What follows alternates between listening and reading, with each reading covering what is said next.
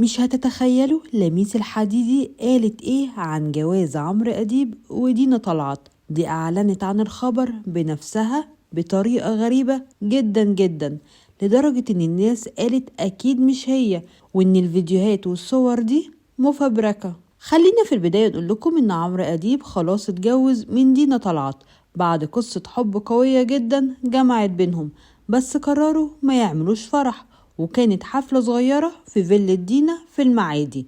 كمان قرروا يأجلوا شهر العسل لحد ما عمرو أديب يعرف ياخد أجازة من شغله.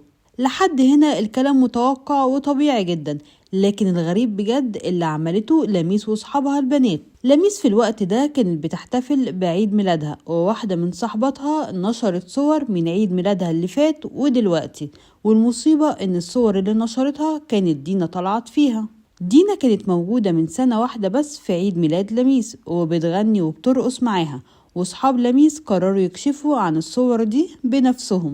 مش بس كده، ده لميس قررت بنفسها كمان تعلن خبر جواز عمرو أديب على السوشيال ميديا، ونشرت خبر بيقول رغم جواز طليقها لميس بتحتفل بعيد ميلادها، ونشرت صورهم عادي، وده صدم ناس كتير. ولحد اللحظة دي أصحاب لميس لسه بينشروا صور عيد ميلادها السنة اللي فاتت، واللي فيها دينا قاعدة معاها بتهزر وبتغني.